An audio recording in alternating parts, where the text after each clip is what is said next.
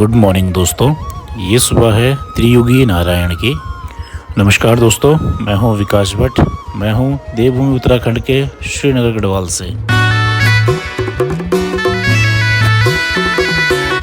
तो दोस्तों, मैं आज आपको दर्शन करवाने वाला हूं कालीमठ मंदिर के, जो कि मां काली को समर्पित है और उत्तराखंड के रुद्रप्रयाग जनपद में स्थित है।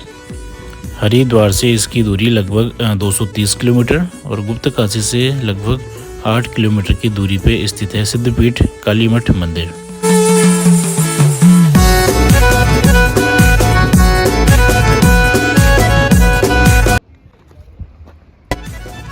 तो दोस्तों, मैं अभी पहुंच गया हूं गुप्तकाशी से थोड़ा सा पहले ही, और यहीं से कालीमठ मंदिर के लिए जो है रास्ता दाईं तरफ के लिए निकल जाता है। तो दिखाता हूँ मैं आपको कि यहाँ पे प्रवेश द्वार भी है, तो कभी आए आप तो आपको यहाँ पे थोड़ा सा आइडिया हो जाएगा कि हाँ कहाँ से कालीमठ के लिए रास्ता जाता है।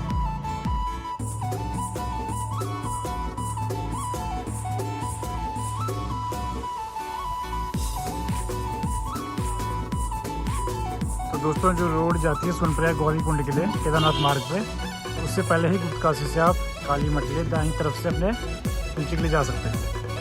ये देखिए दोस्तों, और सामने आप देखिए ठीक केदार वैली भी दिख रही है, यहाँ पे बर्फ़ पड़ना शुरू हो गया है। तो चलिए दोस्तों, आगे बढ़ते हैं इसी के साथ। जय माता दी। तो दोस्तों, मैं जस्ट काली माता के मंदिर कालीमठ पहुँचने वाला हूँ कि मैंने देखा कि यहाँ पे एक वाटरफॉल है। और दोस्तों, हमारे उत्तराखंड की यही तो खासियत है, हम थोड़ी सी दूरी चल के आगे चलेंगे तो हमें एक नई डेस्टिनेशन मिलेगी, एक नई जगह मिलेगी, तो इंसान खुद ब खुद वहाँ पे रुक जाता है। तो आइए मैं आपको दिखाता हूँ वाटरफॉल। ये रहा वाटरफॉल, ये देखिए दोस्तों, कितना मनोहारिक दृश्य है। वाटरफॉल है और मौसम भी ठंडा है, उसकी बूंदें यहाँ तक आ रही हैं, इतना तेज वाटरफॉल है ये। जय माता दी, जय माँ काली। तो चलिए दोस्तों, आगे बढ़ते हैं सफ़र में। जय माता दी। तो दोस्तों, मान्यता है कि कालीमठ मंदिर में देवताओं ने इसी स्थान पर मां काली की पूजा की थी और पूजा से प्रसन्न होकर मां काली ने देवताओं को अभिषेक दिया था। उस समय देवताधिपति रक्तबीज नामक राक्षस का प्रभाव तीनों लोकों में व्याप्त था। मां काली ने इसी स्थान पर रक्तबीज नामक राक्षस का वध किया था और रक्तबीज नामक राक्षस का वध करने के बाद महाकाली मंदिर के गर्भगृह में समा गई। तब से यहाँ पर महाकाली श्री यंत्र की पूजा की जाती है। तो बोलिए जय महाकाली।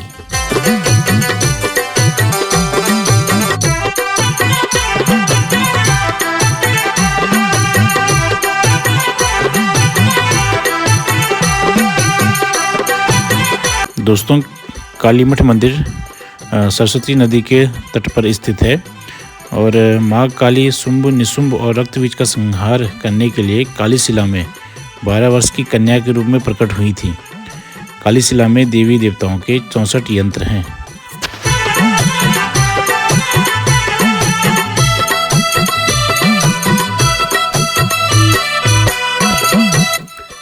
तो दोस्तों, कालीमठ मंदिर में एक कुंड है जो रजतपट श्रीयंत्र से ढका रहता है। सर्दी या नवरात्रों में अष्टमी को इस कुंड का उद्घाटन किया जाता है और सिद्धांत यह है कि जब महाकाली शांत नहीं हुई तो भगवान शिव को मां के चरण के नीचे छोड़ दिया गया।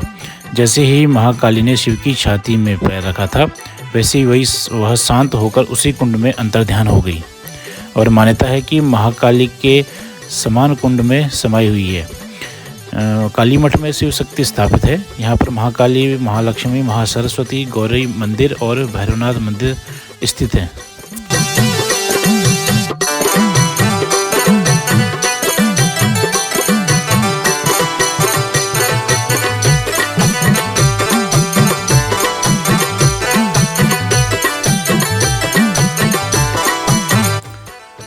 तो दोस्तों, इसी स्थान पर माँ सरस्वती के वरद पुत्र विश्व स्मारक महाकवि कालिदास जी को विद्या प्राप्त हुई थी। उनकी जन्मस्थली सिद्धपीठ कालीमठ से करीब 5 किलोमीटर की दूरी पर है और कविता नामक ग्राम में है। तो दोस्तों इस मंदिर तक आप कैसे पहुँचे? सबसे पहले आप हरिद्वार से ऋषिकेश से 3 धारा, फिर देवप्रयाग, श्रीनगर, धारी देवी, रुद्रप्रयाग, अगस्त मुनि, चंद्रपुरी और फिर गुप्त काशी से लगभग 7 किलोमीटर की दूरी पर है कालीमठ का मंदिर। तो बोलिए जय माता दी।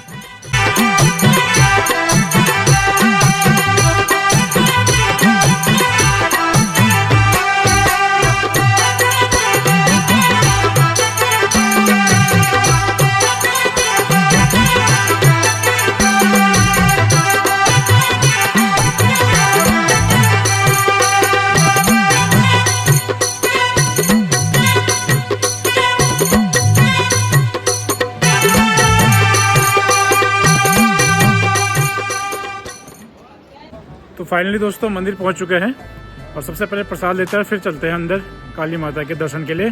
तो चलिए दोस्तों, जय हो, जय माता दी।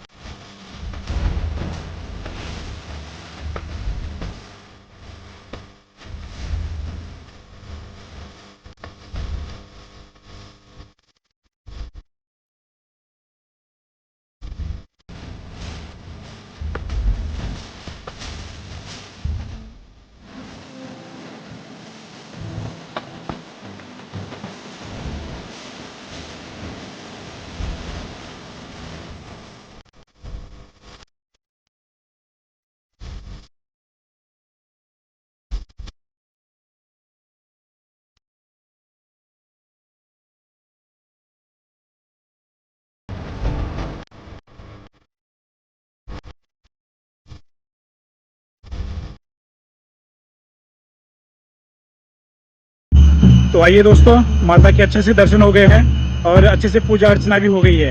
आइए अब जानते हैं जो मुख्य पुजारी जी हैं काली मठ माता मंदिर के श्री जगदम्बा भटजी से कि मंदिर का इतिहास क्या है।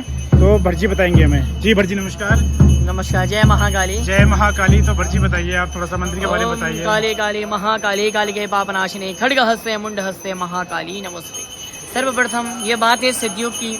सतयुग में एक राक्षस था जो तीनों लोकों पे राज करता था और उसे तीनों लोकों का दैत्याधिपति रक्तबीज कहा जाता था, जिसको कि भगवान ब्रह्मा जी से एक वरदान प्राप्त था कि अगर कोई भी उसके साथ द्वंद्व करता है जी, और द्वंद्व करते करते अगर रक्त की जो रक्त बीज है उसके रक्त की एक भी बूंद का क्षय होता है और धरती माँ में गई तो उसी के जैसा दूसरा असुर प्रकट हो जाएगा और उससे ज्यादा बलशाली दूसरा प्रकट होगा। जी। ये एक बहुत बड़ा विडम्बना थी सतयुग की। तो इसके प्रकोप से बचने के लिए इस स्थान पे 33 करोड़ देव देवताओं ने भगवती माता महाकाली की आराधना करी।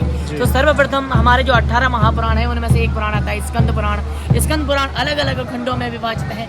उन्हीं में से एक खंड आता है केदार खंड। केदार खंड के 85वें अध्याय में काली मठ का वर्णन आता है, जिसमें कि महर्षि वशिष्ठ बताते हैं। सर्वप्रथम जो श्लोक है, केदार मंडले दिव्य है मंदाकिन्यः प्रियतरे सरस्वत्याष्टदेशों में काले तीर्थम इति स्मृतम। अर्थात जो केदारनाथ से मंदाकिनी नदी आ रही है, मंदाकिनी नदी के बाईं तट पर और सरस्वती नदी के किनारे में काली तीर्थ बसा हुआ है। इस स्थान पे 33 करोड़ देव देवताओं के माध्यम से भगवती माता महाकाली की आराधना करी। जब माता काली की आराधना की गई तो आपने कालीशिला होगा जो कि काली मठ से 7 किलोमीटर के ऊपर एक चढ़ाई पे एक दिव्य शिला उपस्थित है, जहाँ पे भगवती माता काली ने कन्या रूप में दर्शन दिए। आज भी वहाँ पे भगवती माता महाकाली की 64 योगिनियों के यंत्र के साथ साथ वहाँ पे भगवती माता काली की कन्या रूप में चरण पादुकाएं उपस्थित है। आज भी उस दिव्य शिला में भगवती माता काली को कन्या रूप में पूजा जाता है। इसके पश्चात भगवती काली से जो कन्या थी, कन्या से काली बनी और काली से जब भगवती महाकाली ने रक्त बीज के साथ द्वंद्व करना शुरू किया तो एक क्षण ऐसा है कि जब रक्त बीज खुद युद्ध के मैदान में न पहुंचकर जो उसका सेनापति था दुर्मदास्य और चंडमुंज को जब भगवती माता महाकाली के साथ द्वंद्व करने भेजता है, तब भगवती माता महाकाली दुर्मदास्य से कहती है, हरे रे दत्या दुराचारा दुर्मदास्य विहिंसका मत एव युष्माकम रक्त बीजानुयायिनाम रक्त बीज वे शीघ्रम वदो ही प्रमुचति। भगवती कहती है उनसे, तुम तो दैत्य दुराचारी हो मूर्खो, तुम्हारा तो मैं क्षण भर में वध कर दूं और अपने रक्त बीज को जाके कहना शीघ्र अतिशीघ्र मैं तुम्हारा भी वध करूंगी और मेरी जो रुंगलियां हैं उनसे मैं तेरे रक्त का क्या करूंगी, पान करूंगी। तत्पश्चात भगवती महाकाली क्षण भर में जो रक्त बीज ने जो सेना इकट्ठी करी थी, ये पूरी उसने 55 लाख करोड़ की सेना इकट्ठी करी थी, जिसमें कि चंड मुंड भी उपस्थित थे। और जब भगवती काली ने हर सभी राक्षसों का वध करना प्रारंभ किया तो एक समय ऐसा जब चंड मुंड का वध हो गया तब भगवती काली का नाम क्या पड़ा, चामुंडा पड़ा। अंततः रक्त बीज का वध किया और उसके रक्त का पान किया और उसके मुंड को इस स्थान से उत्तर दिशा में फेंक दिया, जो आज भी यहाँ पे रक्त बीज शिला नाम से प्रसिद्ध है। और उसके पश्चात भगवती माता महाकाली फिर एक और विडंबना खड़ी हुई।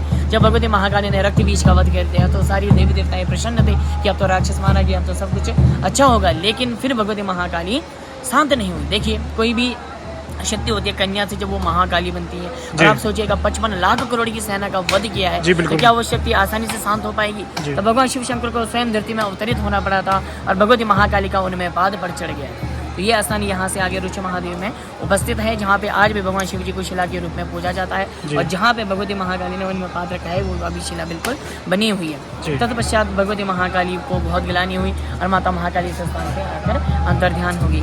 तो इस स्थान पे भगवती माता महाकाली को काली यंत्र के रूप में पूजा जाता है।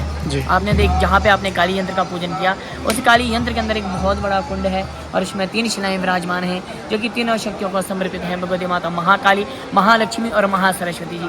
तो ये एक ऐसा सिद्ध पीठ है जहाँ पे तीनों शक्तियाँ क्रोधित अवस्था में विराजमान है। यहाँ पे कोई भी शक्ति शांत अवस्था में नहीं है, क्योंकि जब शक्तियाँ यहाँ पे सब एक हो गई थी तब जाके भगवती महाकाली ने रक्त बीज राक्षस का वध किया था। तो साल भर में काली यंत्र का ही पूजन और काली यंत्र का अभिषेक होता है, जो कि शारदीय नवरात्र में अष्टमी की रात्रि को यहाँ पे इस काली यंत्र को खोला जाता है। इसमें जितना अभिषेक का जल होता है उतने उस जल को बाहर निकालते हैं और वो जल तब तक निकालते हैं जब तक हाथों में भगवती महाकाली के केश नहीं लग जाते हैं। मातम्य है कि जब अगले दिन नवमी आती है तो नवमी की प्रातः काल को जो रक्त बीज शिला मैंने आपको बताई वो शिला बिल्कुल लाल हो जाती है। मातम्य है कि उस दिन भी इस स्थान पे भगवती महाकाली जितने रहते हैं, जितने राक्षस गण हैं, इनका वध करती है।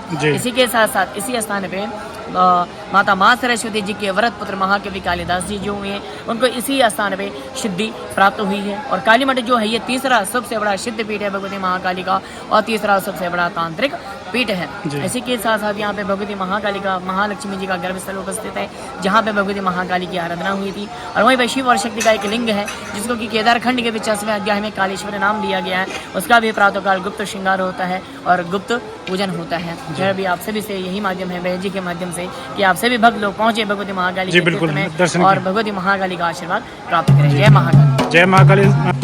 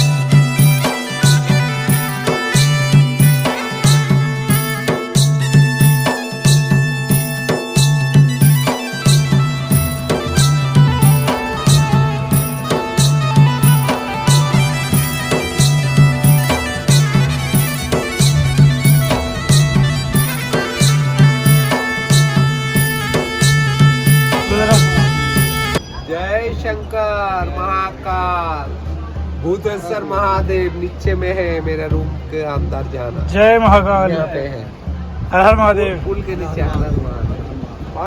तो दोस्तों, अब मैं आपको दिखाने वाला हूँ रक्तबीज शिला। वही शिला जिसपे काली माता ने रक्तबीज का सर काटकर उस शिला पे रखा था, और हर साल नवमी के दिन इसी शिला पर एक लाल रंग का रक्त जैसा निकलता है। तो आइए दोस्तों, मैं दिखाता हूँ आपको रक्तबीज शिला। ये देखिए दोस्तों, ये है रक्तबीज शिला। मान्यता है कि काली माता ने जब रक्तबीज का संहार किया तो उसके सर को, कुछ राक्षस के सर को इसी शिला पर रखा। और आज भी यह मान्यता है कि प्रत्येक नवमी के दिन यहाँ पे रक्त जैसा लाल इस शिला से निकलता है। तो ये आप भी देखिए इस शिला को, ये है रक्तबीज शिला। और ये है सरस्वती नदी,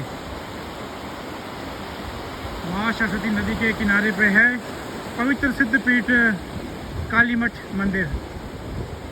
जय माता दी। जब तू गिरक छाकन तू कल शिला में आई, जब तू गिरक छाकन तू कल शिला